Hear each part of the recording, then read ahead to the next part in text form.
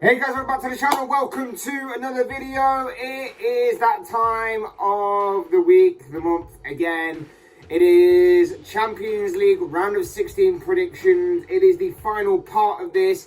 The second half of the round of 16 draw is set to play out this weekend. And for a lot of the games that are set to be played out this week, there is a lot to play for. There are some ties that are really hanging in the balance as we see who will advance to the quarterfinals and join the likes of Liverpool, Manchester City, Bayern Munich and Real Madrid in making the final 8 of this season's competition. Before we go any further in looking into the games and predicting them, I would like to remind you all to please like the video and also subscribe if you are new. Both things are always in front of me, greatly appreciated. And for now, let's get into this week's Champions League predictions. Okay, so we're kicking things off with Tuesday night's games, and first up we have got Ajax taking on Benfica, with Ajax at home. This game, of course, played out a very entertaining 2-2 draw in the first leg. Ajax took the lead through Dusan Tadic before being pegged back by a Sebastian Haller own goal, which evened the scoreline, of course. Haller, it was, at that time, this season's top goal scorer in this competition, and he quickly made amends after that. He quickly found himself putting the ball in the right net, this time to put Ajax back in front, not long after he had obviously put the ball in his own net. But later on in the game, Benfica equalised near the end and set up a very intriguing game ahead in the second leg, in which, like I say, there is all to play for. A lot goes into this game, of course. Haller, like I say, was this competition's top goal scorer until Robert Lewandowski played for Bayern against Red Bull last week, and obviously tore up the Austrian side. So now Lewandowski is back on top of the goal scoring charts, so that might add a little bit more of an incentive for Haller to drag his team into the quarterfinals. For Benfica, I think they put up more of a fight than what I was expecting. I thought Ajax might have come away with a bit more of a comfortable lead going into their home game. But in this game, whilst it may go overshadowed by some of the bigger games that are going to be happening this week, I do think there's maybe one to definitely look out for nonetheless between two very good teams. I would expect Ajax to go on and win this game from here and progress to the quarterfinals, simply for the reason that it is at home for them. They have the second leg at home. It is kind of a little bit of an advantage in that respect in terms of home crowd and that sort of thing on a Champions League night for the Dutch side. And with Ten Hag, obviously, in tow, and their incredible defensive record and how dangerous they can be going forward, I think it all just adds up to being Ajax's night on the night. Not to discount Benfica entirely. Benfica do have a chance, of course. They set themselves up very well in the second leg. I think they're just a little bit fortunate that, of course, away goals isn't a factor to consider anymore in this competition. Otherwise, of course, Ajax would firmly be in the driving seat here. I am going to go for a 2-0 Ajax win on the night, which would take up the aggregate scoreline to 4-2 to the Dutch side, and they will comfortably make it through to the quarterfinals. Next up to arguably the biggest tie of this round of fixtures, Manchester United taking on Atletico at Old Trafford. It's set to be a big Champions League night ahead for Ralf Rangnick and the Red Devils.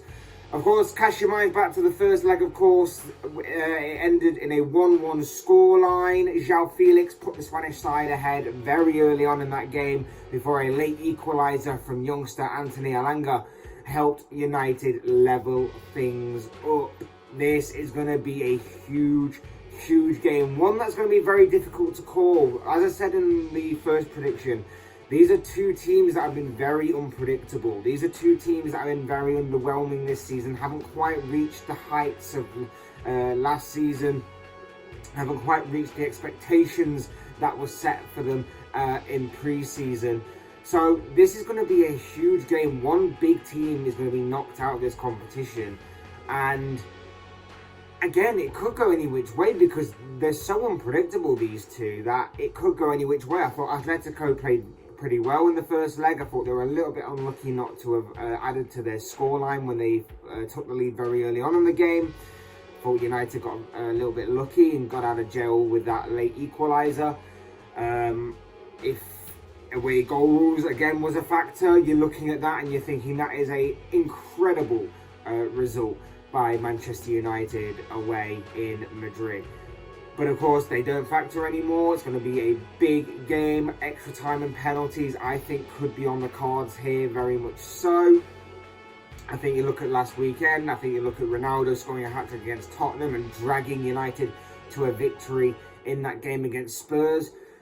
Could that be the catalyst here for a goal or a winning performance, match-winning performance against Atletico? We do know that Ronaldo does love to score against his old foe in Atletico, so maybe that could be a factor. Maybe he may have his say on things in this game. But Atletico, we know about Simeone, we know how they play, we know that they're going to be physical, we know that they're going to be strong, and they're going to try and really frustrate Manchester United at all times, given the typical Spanish way of playing. I imagine like they'll be trying to buy and win a lot of free kicks from the referee, that kind of thing. So it's going to make for a very intriguing game from all angles.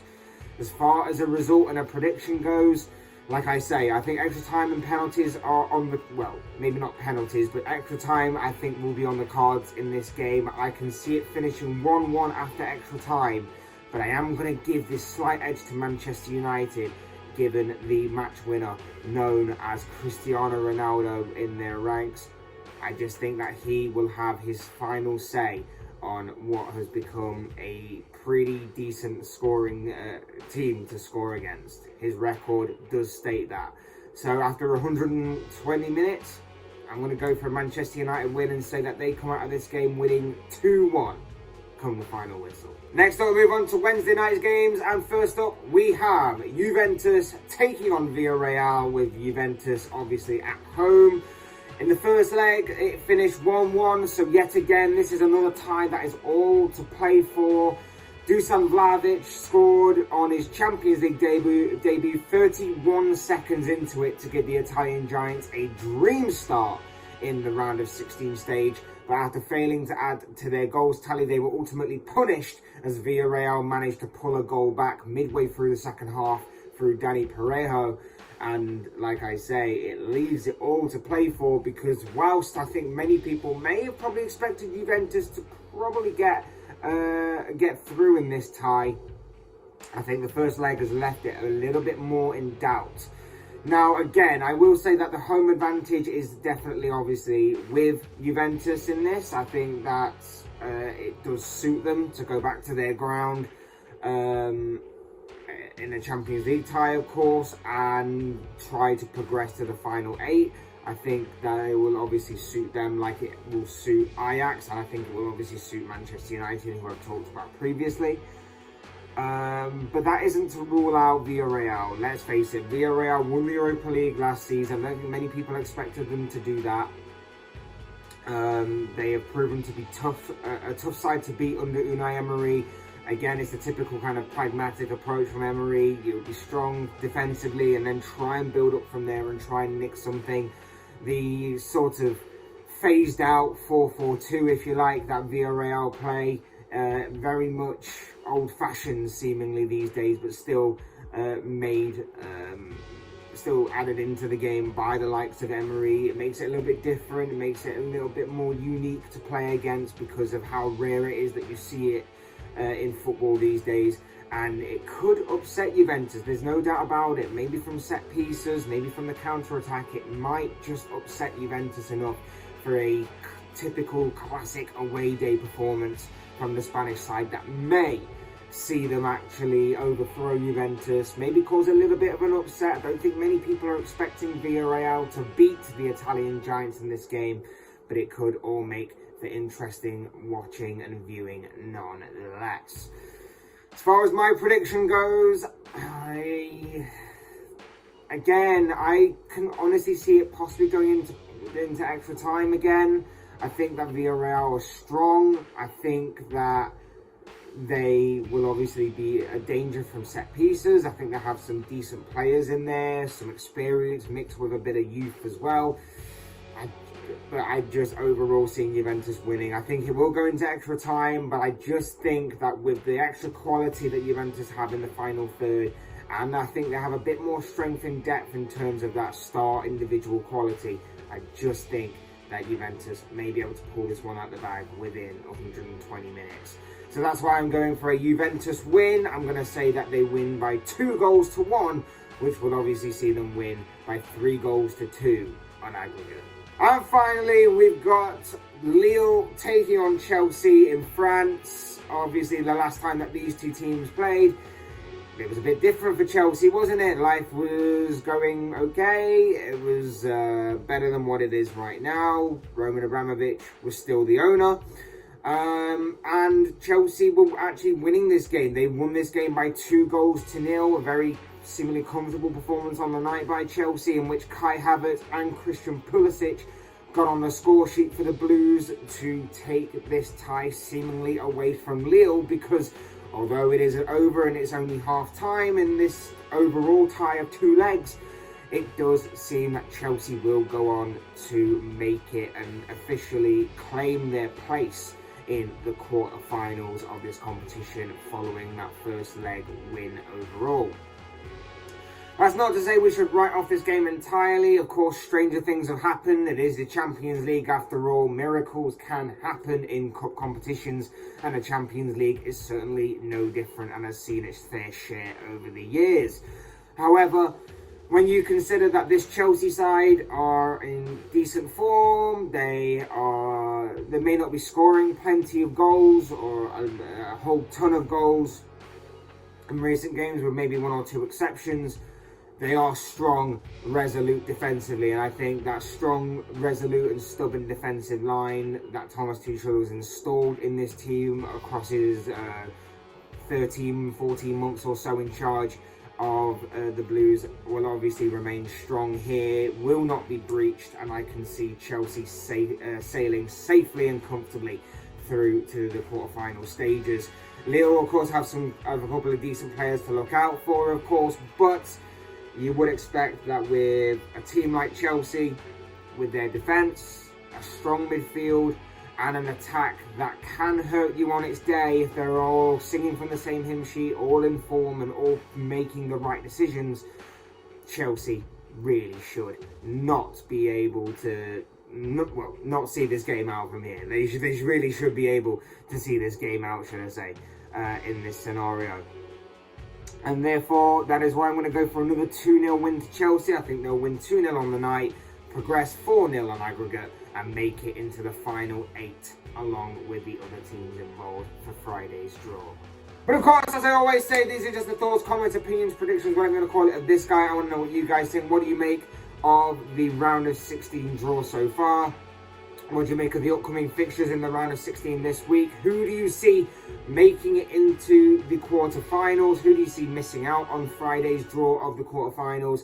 I'd love to know your thoughts, comments, opinions, predictions, whatever you want to call it, on this particular subject, on these games, down below in the comment section, because I'm sure it'll make for interesting reading.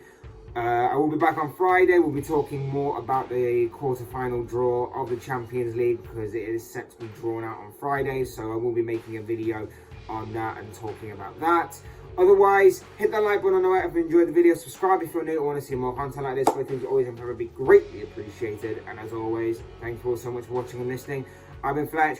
This has been another Fletch Talks video. I will see this video all again soon in another video.